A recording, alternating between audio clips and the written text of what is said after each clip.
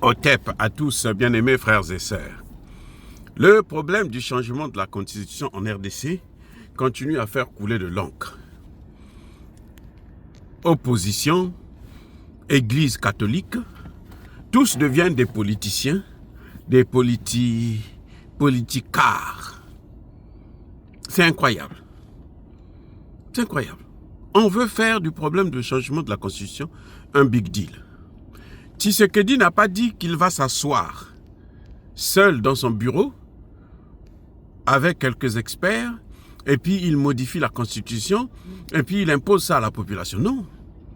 Tshisekedi va suivre la procédure du changement de la constitution prévue par les textes. C'est-à-dire appeler les Congolais à voter. Si les Congolais veulent garder cette constitution, ils n'ont qu'à voter non. Et puis la constitution, on va continuer avec la même constitution. Si les Congolais ne veulent plus garder cette constitution, à ce moment, ils votent oui. Et puis bon, la nouvelle constitution sera applicable. C'est incroyable que l'opposition puisse faire de ça un grand problème. On écoutait j'ai oublié son nom, c'est un moupelo, un catholique, un prêtre, d'évêque ou je ne sais pas quoi, toutes ces voyous qui ont brûlé d'ailleurs le Congo. Et d'ailleurs ils le disent. Qui décide, qui dit que, carrément il dit, c'est une procédure suicidaire. Ça va faire couler le sang. Le sang va couler au Congo. Oh. Pour changer la constitution, le sang va couler. Kabila et Katumbi, deux étrangers qui ont eu la chance, oh là là, on leur accorde cette petite chance d'être des hommes politiques congolais, de s'enrichir illégalement d'ailleurs.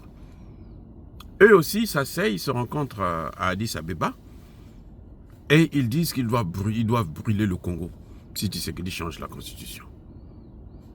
Nous allons rentrer en guerre contre le changement de la constitution. Ça veut dire quoi ça? Dites-moi un peu, ça veut dire quoi? Ça veut dire quoi? Qui gouverne le Congo? Qui est le président du Congo? Le président de la RDC là s'appelle Félix Antoine Tshisekedi Wamulumba. Tshisekedi est le président. Il a le droit de changer la constitution. N'importe quel président d'un État peut changer la constitution de son pays. Si les opposants là ne sont pas contents, ce qu'ils doivent faire, c'est battre campagne pour que le non puisse l'emporter face au oui. C'est tout ce qu'ils ont à faire. Ils ne peuvent pas être là à faire du bruit, à menacer les gens, à menacer le peuple congolais. Plus ils font ça, là, plus ça veut dire que la constitution, là, le changement est bon. Il faut qu'on le change. C'est tout. Pourquoi vous allez faire un big deal? Hein? Vous voulez voir la fumée? Là, il n'y a pas de crâne. La moindre des choses, non, Tshisekedi doit. Tshisekedi fait ceci, Tshisekedi non. J'ai entendu l'ami de Ambongo, hein, le frère de Ambongo. Donc, ils sont tous deux des grands, hein, ceux qui tiennent l'église catholique en RDC. Non, il vient sur leurs médias, les médias occidentaux, bien sûr. Il vient dire non, voilà, c'est une mesure suicidaire, le sang va couler, nous sommes en guerre. Oh, vous savez que vous êtes en guerre? Quand il dit nous sommes en guerre, là, il ne parle pas du Rwanda, hein. Il ne parle pas de l'Ouganda. Il dit seulement nous sommes en guerre. Le pays est attaqué. Mais a dit au moins qui attaque le pays. Pour que tu sois un peu écouté par tes frères congolais. Nous, les spécialistes de ces questions, nous savons de quoi il s'agit. Nous connaissons, on n'a pas besoin qu'on nous le dise. Mais il a l'obligation de dire, c'est le Rwanda qui attaque le Congo, c'est l'Ouganda qui attaque le Congo. Voilà ce qui doit se passer, voilà ce qui doit se faire, voilà ce qui doit se dire. Bien-aimés frères et sœurs, je ne comprends pas ce qui est en train de se passer actuellement au Congo. Hein? C'est incroyable. L'église catholique est devenue l'église de l'opposition. Mais dans la Bible, là, il y a un texte qui parle de l'opposition. Que je sache, dans la Bible, on a bien dit séparation de l'église et de l'État.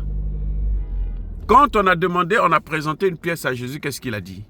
À César, ce qui est à César, à Dieu, ce qui est à Dieu. Pourquoi même les évêques, les hommes en robe, veulent aussi faire la politique? Mais ils n'ont qu'à abandonner la robe, qu'ils mettent aussi les vestes comme les autres, et puis qu'ils commencent à parcourir les rues pour convaincre les gens pour qu'on puisse voter pour eux.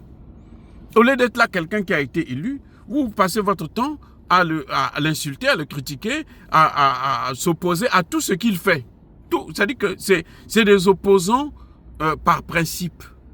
Tout ce que Tshisekedi doit faire, nous on doit s'y opposer. Surtout lorsque les Occidentaux ne sont pas contents. Même le Rwanda n'est pas content. C'est incroyable. Le Congo là n'appartient plus aux Congolais. Même le Rwanda n'est pas content. L'Union européenne n'est pas contente. Les États-Unis, n'en parlons même pas. C'est pour ça qu'ils sont en train de mettre le feu. On veut demander, regardez, Mobutu était là, 32 ans. 32 ans plus 18 de Kabila le fils. Ça fait combien? 50 ans. Kabila le père, 3 ans. Bon, dites-moi, 32 ou 42 ans, je ne sais pas. On veut demander à Tshisekedi, en 5 ans, de corriger toutes les erreurs que depuis Mobutu jusqu'à Kabila, près de 60 ans, de destruction systématique d'un pays. Vous voulez qu'en 5 ans on puisse régler la situation. Mais il faut être fou pour demander ça aux gens. J'ai dit, il faut être fou. Quelqu'un de normal ne peut pas demander à Tshisekedi de corriger toutes les erreurs, toutes les gaffes, tous les crimes que eux, les dégâts que eux ils ont causés à la nation congolaise. Donnez-lui le temps. Vous voyez comment, avec l'armée, comment ça avance? Ça a pris le temps, 5 ans, oui. Moi, je l'ai critiqué, comme je voulais qu'il aille vers les Russes depuis très longtemps, parce qu'il aurait au moins la formation, l'enseignement et puis les armes. Mais finalement, il est quand même parti. Finalement, il a quand même cédé à nos critiques de modifier la tête de l'exécutif des opérations sur le terrain, le chef d'état-major, ainsi de suite. Et puis les résultats sont visibles, on voit que l'armée est en train d'avancer. Vous voyez les amis. Donc on ne peut pas nous dire que ce qu'ils ont fait, ils n'ont pas le droit de changer la constitution. S'ils ne sont pas d'accord, ils n'ont qu'à battre campagne pour le non. Et puis on va voir s'ils gagnent. Nous on sera contents, nous on va dire à Tshisekedi de ne pas imposer ça au peuple, c'est tout. Au lieu de promettre le sang, de promettre brûler le pays, ils ont assez brûlé le pays, les opposants là. Ils ont assez brûlé le pays. L'Union européenne a assez brûlé la RDC. Les États-Unis ont assez brûlé. Mais vous savez quoi? L'armée est en train d'avancer. Aujourd'hui, là, Blinken a appelé. Blinken a appelé pour que on puisse, comment dirais-je, arranger, imposer à tout le monde le cessez-le-feu pour démobiliser les soldats congolais. Voilà le problème. Ça a toujours été comme ça. Et les opposants sont contents. Vous n'allez jamais entendre un opposant se dire mais pourquoi Blinken fait ça? Ils ne vont pas dire ça. Ils vous disent que non, le Congo est en guerre. Mais qui fait la guerre? Dites au moins qui fait la guerre. Oh, c'est des pauvres imbéciles. Allez, soyez bénis les gars.